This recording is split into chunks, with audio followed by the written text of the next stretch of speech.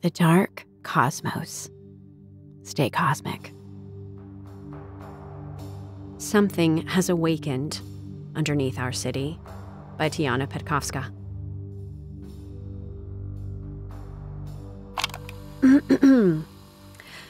This is Cybil Blake, a private investigator at Blake Investigative Services Company. For full disclosure, I must preface that the status of my license is currently under examination by the local licensing authorities, and has been such as of December 3rd, 1989. This recording is dated December 15th, 1989. It is intended to preserve what little is still known of the catastrophic events that took place in November of the same year in the city of Redacted, Massachusetts. All right. Here it goes. The truth. It all started back in September. I was contacted by a company whose business primarily dealt with art. Buying and selling, that is.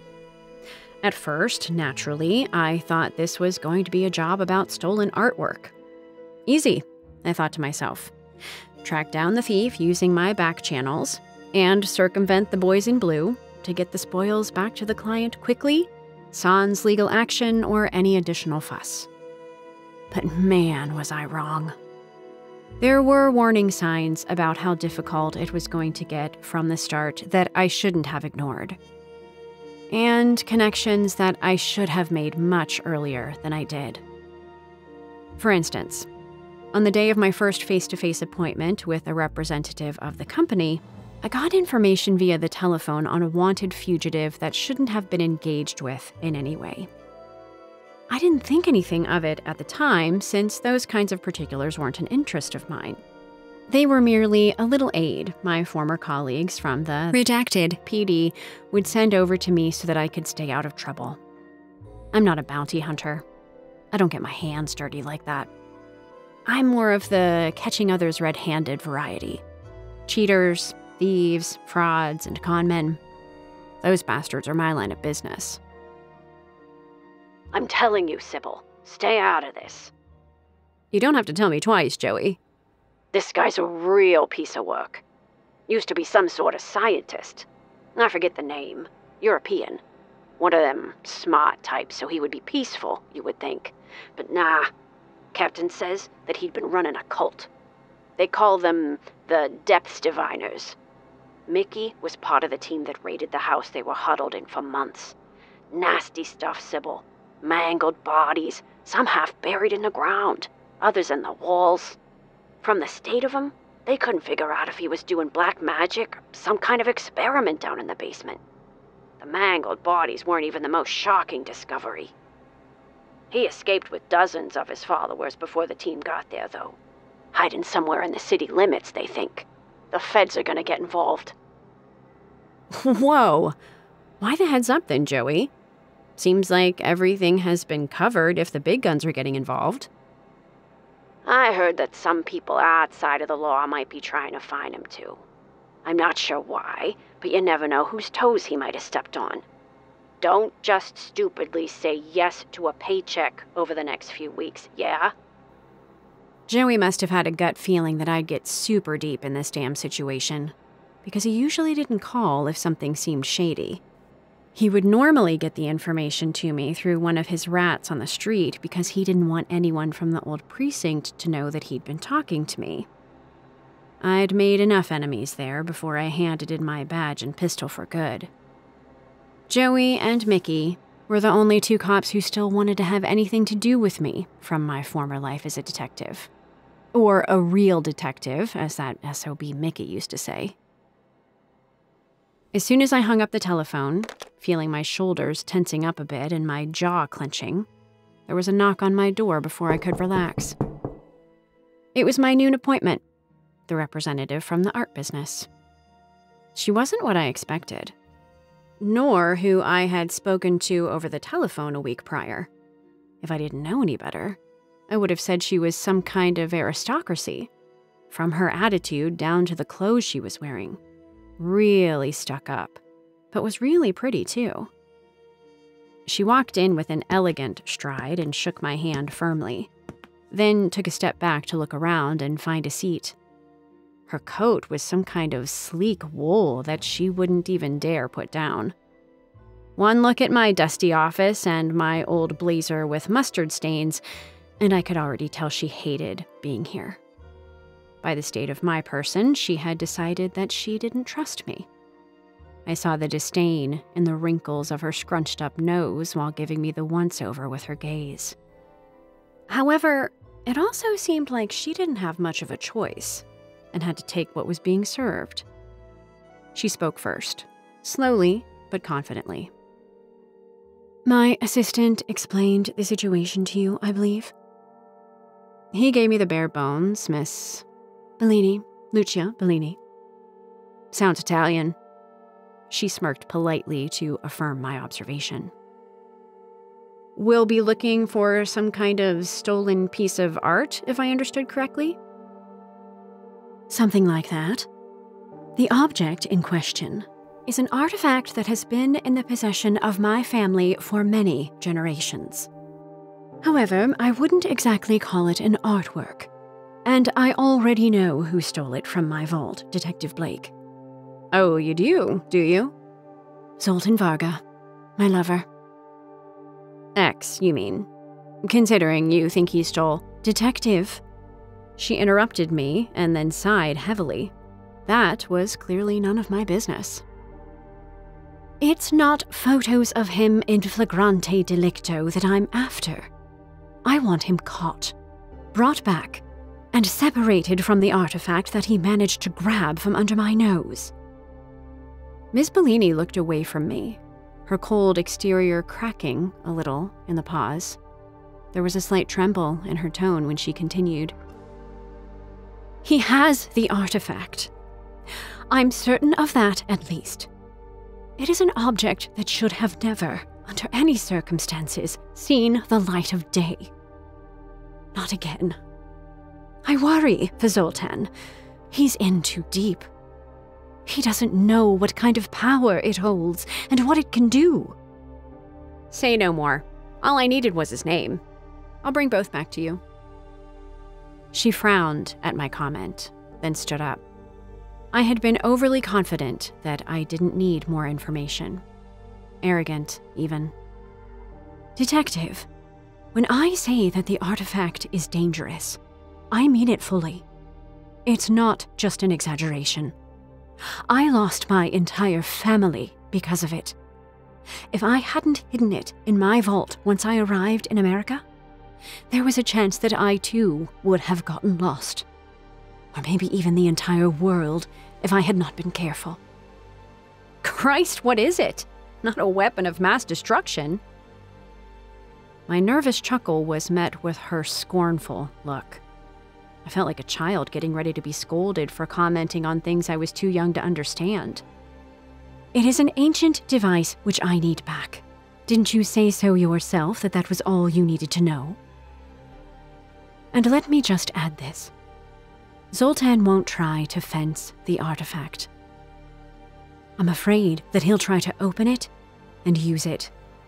He has been obsessed with it since he learned about its existence. At first, he only read about it in my father's books, but then he tried. He opened it against my pleas. This must not happen again. The last time it did was catastrophic." Mysterious and succinct, Miss Bellini left my office quickly before I could ask her anything more, leaving behind only a faint, flowery scent from her expensive perfume. I had agreed to the job foolishly, against Joey's advice. The mystery of the strange triangle formed by this woman, this man, and this artifact had set its grip on me. I needed to know what it was all about. And, more importantly, I needed the fat paycheck I was promised for a job well done. My dusty office didn't pay for itself. Neither did Scotch. I plopped down in my chair and started flipping through my contacts. Varga, I thought. Strange name. The kind you would remember when you would hear it. Foreign, probably Hungarian. hoping to find out more about this man who stole the artifact from a vault for which I'm sure no expenses were spared to keep secure, I turned to an old buddy of mine. He owed me a big favor. He used to be the cultural attaché in the Hungarian embassy and was a pretty nosy guy. There wasn't any dirt about anyone from his country that he didn't know about, or hadn't used against them at some point. That is, until I found some of his own and kept it as leverage if ever I should need it. Mr. Caroli, nice to hear your voice again. Ah, you. What do you want? Is that how you greet all of your friends? Or just the ones that know your dirty secrets? I'm at work, in my office. Discretion is advised, Detective Blake. How may I assist you? I'm looking for information on what I assume is a Hungarian national. Zoltán Varga. Ever heard that name? Varga? Why would you ask about him? Did I ask what you were doing in that cheap motel on the margins of our great city about a year ago? Damn you, Blake. Yes, I know him. Or knew him, I should say. He's a theoretical physicist who came to the US for better academic opportunities. In fact, it was I who had to assist in procuring his visa. Some people back in my country said he was a genius. Others called him a madman. I thought, and still do, that he's a pervert. Takes one to know one, Caroli, eh? I'm curious, though, why you would call him that. What else can you tell me about him? Be specific. All I know is that wherever he goes, there is always some kind of scandal and drama that follows. He was practically driven out of Italy back in the 70s. For someone that deals with the theoretical, he sure likes to experiment a lot. That's it? Come on, man. I need more details than that. Give me more of that juicy, scandalous gossip that you know I love. I sneered at him. One never knows what half-truth might be hiding in there, what clue might present itself to an attentive listener. Well, there were a few rumors that he'd been experimenting with certain devices of unknown origin that caused a lot of damage to a village in Italy. When I was helping with the visa, I tried to find out more information, but there seemed to be nobody who could account for what had happened there. It was as if the village had completely disappeared from the face of the planet. The only ones that even remembered it was there were the people from the next village over. They spoke of an odd man that once passed through their peaceful community. By their descriptions, I just assumed they were talking about Varga. Caroli kept going on and on about how Varga had left a string of unsolved murders in his wake. However, it seemed to me that most of that talk was conjecture based on very circumstantial, or dare I say, flimsy evidence. The descriptions of the crime scenes were too surreally gruesome to have been true, and I've seen plenty of those in my life to account for what sounds like fiction and what like fact. Then again, there was a lot about artifacts and devices of strange origin that I heard repeated in Caroli's long and exhaustive speech about Varga. For someone who was really concerned with discretion, he sure had no problem exposing other people's dirty laundry to any prying ear. You see, Detective Blake, the accounts about Varga from Italy always had him carrying a box with him that had some strange markings. Some even said that the box used to hum in a highly uncomfortable manner. Then some had said that there was always a beautiful woman on his side who looked like an aristocrat. Young, pretty, and stuck up. Yeah, I think I know who that might have been. But are you sure she was there for the murders as well? I'm only sure that that was what I've been told. The crime scenes looked like a black magic ritual gone wrong, or an experiment. The Italian detectives had no idea what they were dealing with. A week or so after my talk with Caroli, I was still pretty far from getting to the bottom of this case. Joey had called me in the meantime to tell me all about the manhunt that the entire police force was implementing within the city limits. No luck in finding their main person of interest or any of his followers. The depths diviners sure gave them a lot of grief, and it didn't look like they could be found, much less stopped easily. Redacted was on the verge of mass hysteria. The media coverage didn't help the situation much. They were, in fact, fueling the madness with talk of entire warehouses filled with bodies that were mangled in such ways that it would have been impossible with the current laws of physics. The blame for every single crime and abominable violence fell on the cult, and everybody was on edge, thinking that they or their loved ones would end up their latest victim, or even sacrifice.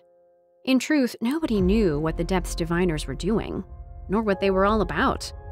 The cult had kept all of its secrets nicely hidden between its members. Crazy stories kept going around the city. Rumors had begun to spread, and even Joey's rats had taken to hiding. No place was safe, they would say. Rifts would open up, swallowing people, sometimes completely, other times only partially, leaving torsos and heads half buried in concrete and steel. My associates were tougher, but they too were dwindling in numbers. Most of my back channels were closed for business and had fled the city, fearing that their own operations might get caught in the crossfire between the feds and the depths diviners. They also had a hard time believing the stories, much like myself. One day, while I was following up on a much-needed and hard-to-come-by lead from my main man, Varga, I came across something that made me quickly change my mind about the rumors. The scoop on Varga had come from one of my associates, who will remain unnamed for his own security. He was part of the criminal underbelly of Redacted and had been working in a warehouse at the far end of the north side of the city, where most of the stories had placed the crazy and unnatural occurrences. His employers had rented the place to Varga, who had mischievously used Bellini's company to hide his identity. By this behavior, it was obvious that Varga wasn't afraid that she might have tracked him down. In fact, I would soon realize that there was very little that this man, this monster, really, feared. My associate, a man of about 40, beaten down by life and even more so by his own bad decisions, had burst into my office on the day, shaking and tearing up like a little child. I gave him a smoke, some Irish coffee, and a lot of eye rolls, as he proceeded to tell me how he came upon the information that Varga had set up camp at the warehouse.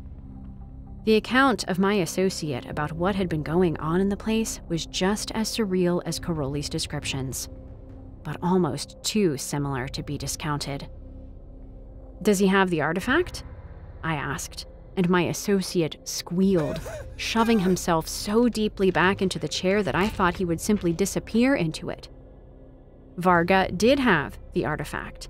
It had taken center stage in the warehouse. It was being praised and used.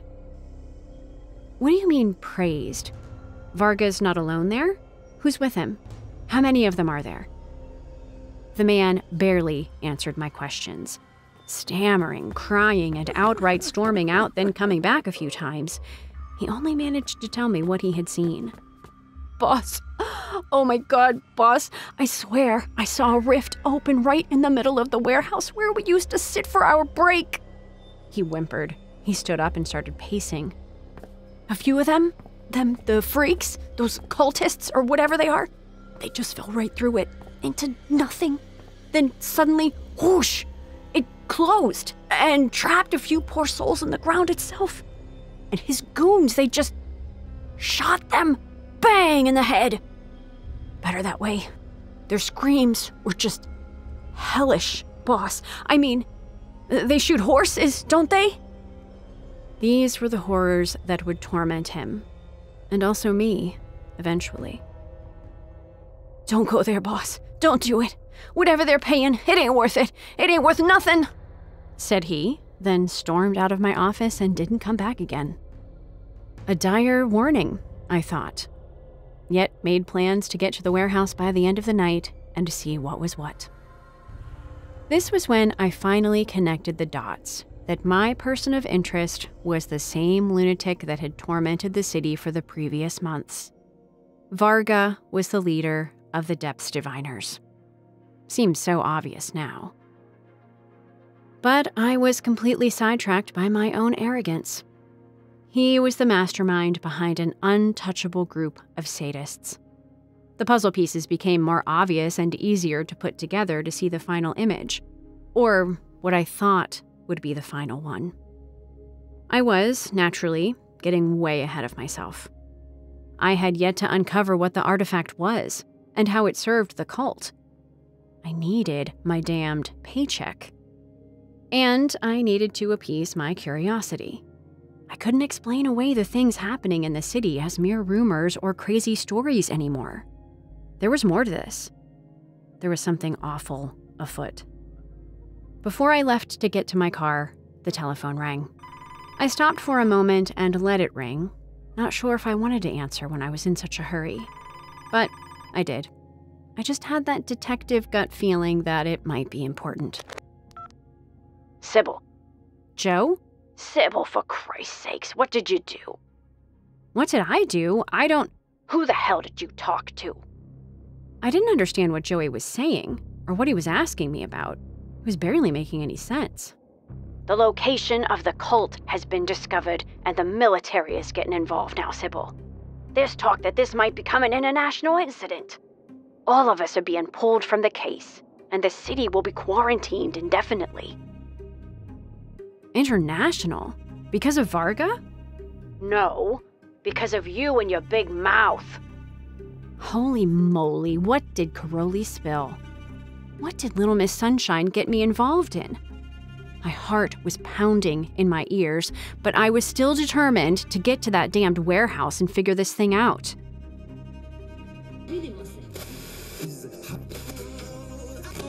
The drive through the city should have been an omen of things to come.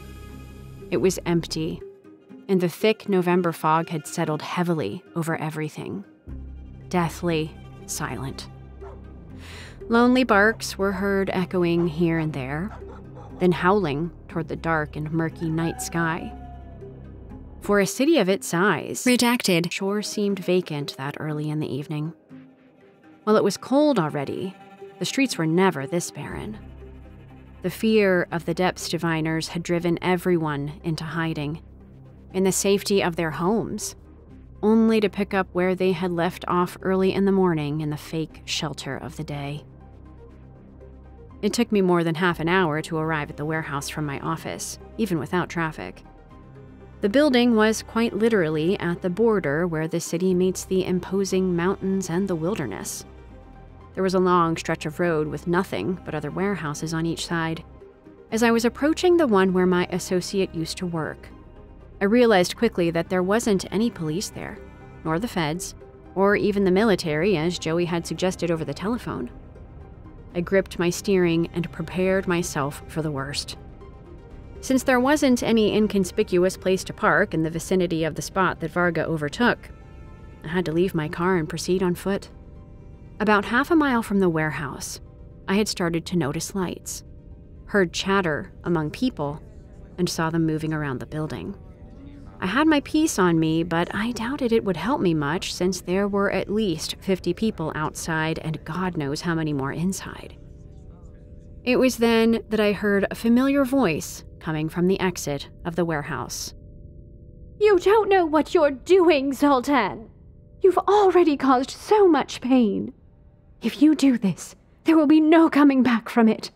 The rift must remain sealed, just as my ancestors were instructed by the visitors 500 years ago. You've already destroyed... There was a distant thud and a yelp. She stopped speaking. When I saw her frame, I recognized it easily, even from a distance. That little brat Bellini.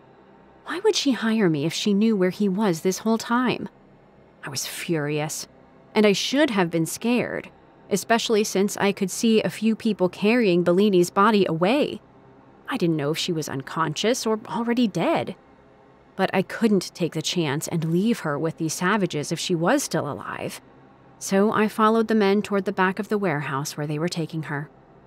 The closer I got to the building, the more I began to realize that the chatter coming from inside wasn't people speaking to each other at all.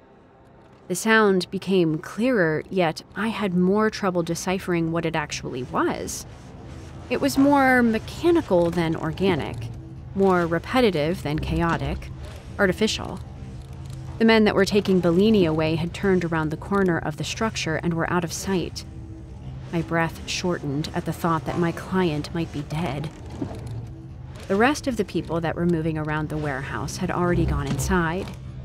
I waited for a moment, crouched down under one of the very few windows, listening to the sound coming from a large inner room, and trying to comprehend what it could have originated from. Eventually, my curiosity got the better of me, and I just had to look, to peek inside and see what was going on there.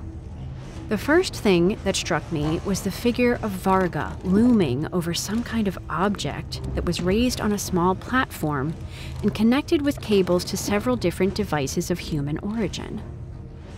He was something straight out of a comic book. Tall, incredibly lean, pale as death itself, and with an intense gaze fixated on the devices surrounding the object. He was the only one on the platform next to it, and it looked like he was preparing the object and devices for something.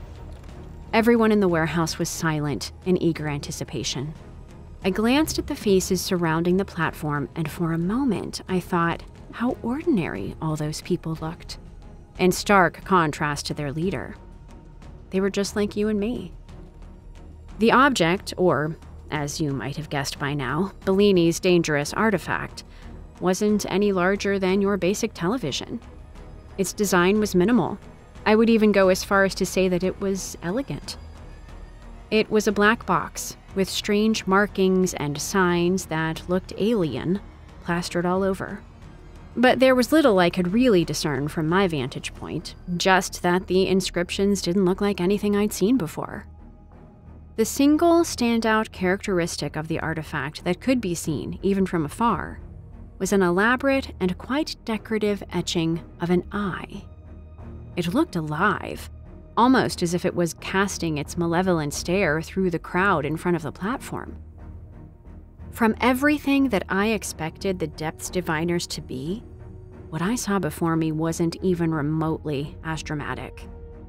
There was a kind of calm among them that was the opposite of what was said on the news of their crimes. Until, that is, the sound intensified, and a little smirk appeared on Varga's lips. Muffled, and from a distance, I heard Bellini's voice again. No!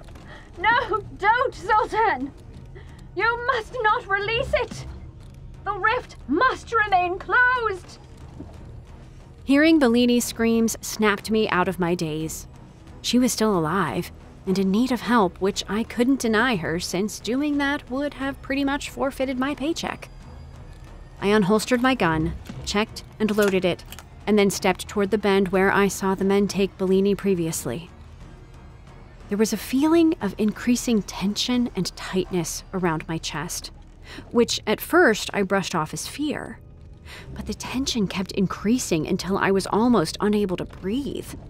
With every step forward, I had less and less energy to move, and I had to press myself against the walls of the warehouse just to be able to stand up straight.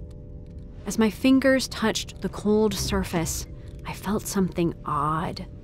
It was as if the entire wall was vibrating at a low frequency. Suddenly, I realized that the dirt under my feet felt the same. The sound, the chatter, or the hum that was coming out of the artifact had increased tenfold and was influencing the entire space around it.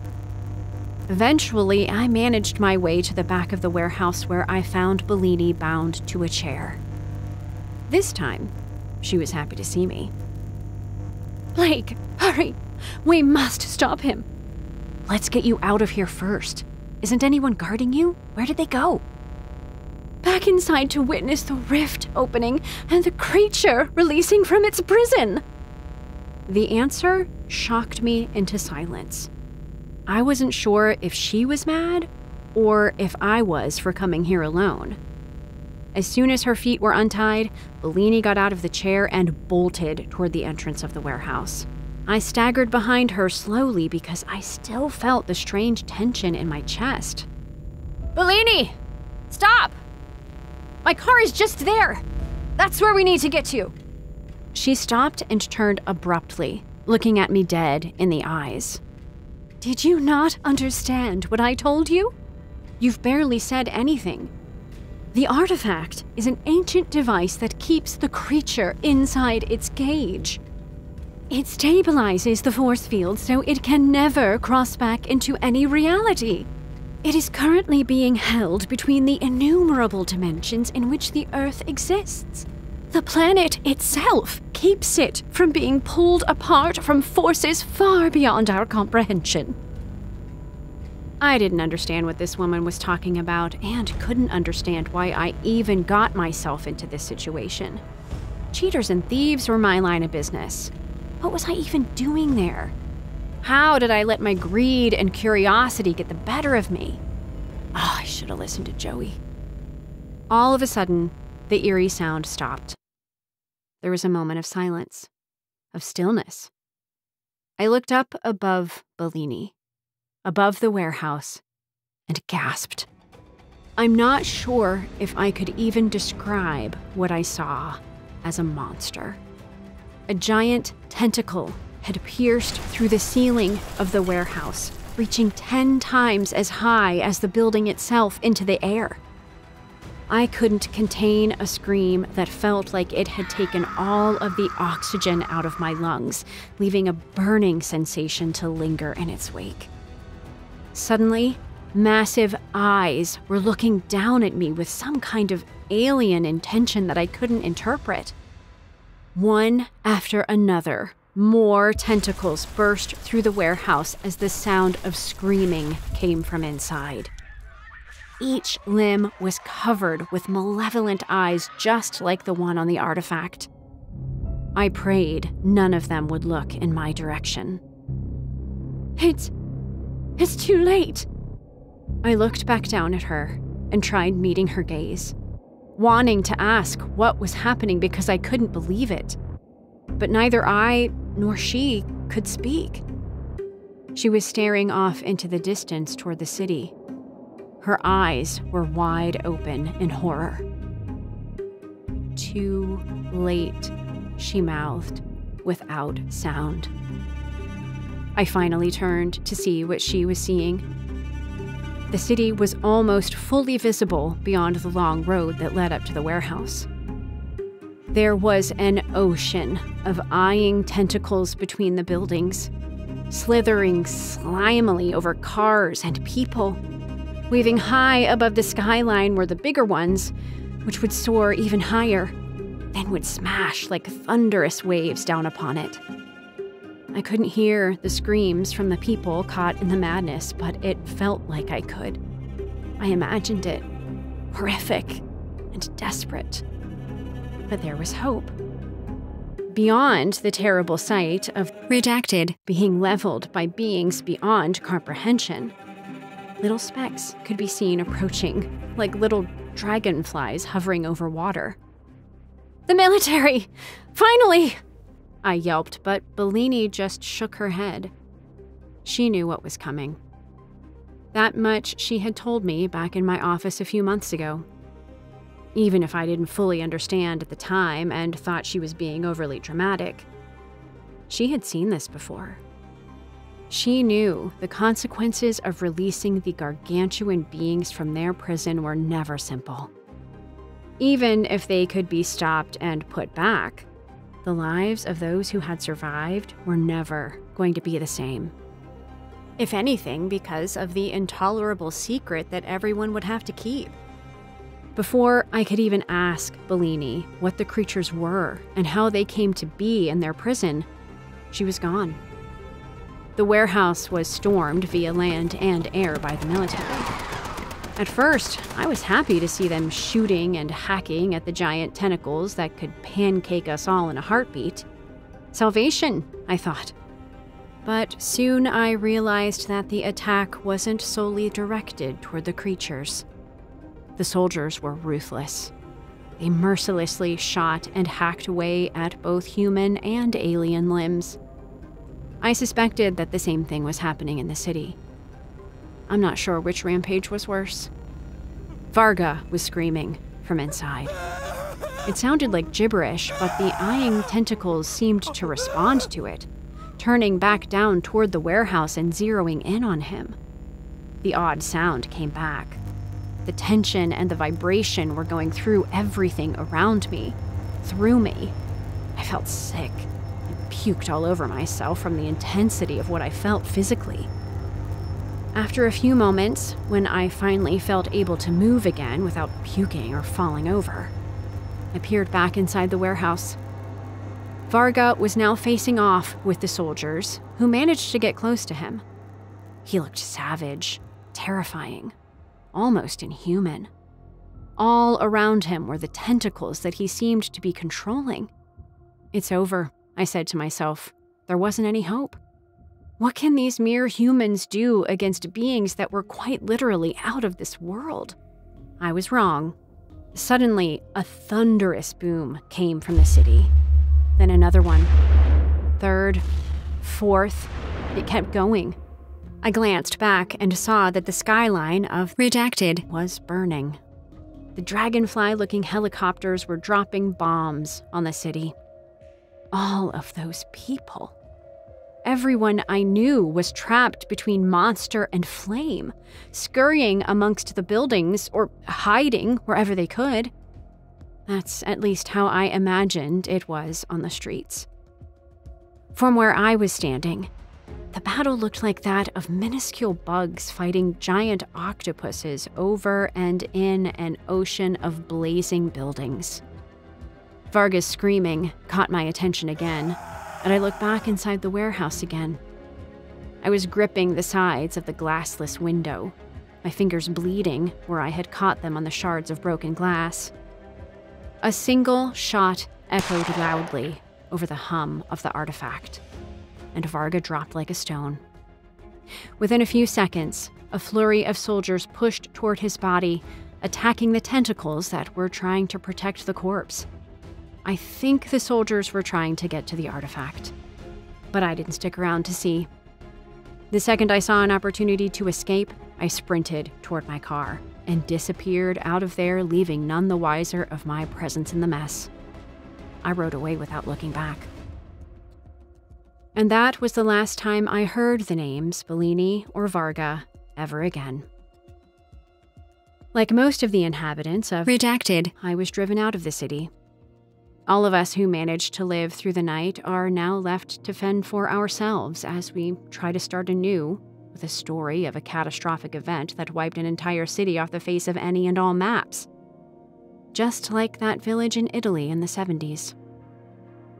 For the time being, I remain in Boston, where Joey has offered me lodgings in his family's home. As a police officer, he was notified in time to evacuate the city before everything went down. However, I don't know how long he and I will be allowed to live with this secret. I fear we are putting his brother in danger, and that we will have to go on the run to make sure that the truth remains out there. So, to whoever finds this cassette tape, listens to it, and takes my account of the November events as fact and not fiction, may God help you. This isn't over just yet. Not while the artifact still exists. I can only speculate that it is now in the hands of the military. Digitalization of cassette tape 18/931 dated 12/15/1989 complete. Digitalization dated 5/10/2089. To be archived under case file Terra Crypt. Last known residence of subject Blake, Cybil, P.I. Not in database. Declared deceased, 12/31/1996. Body never recovered.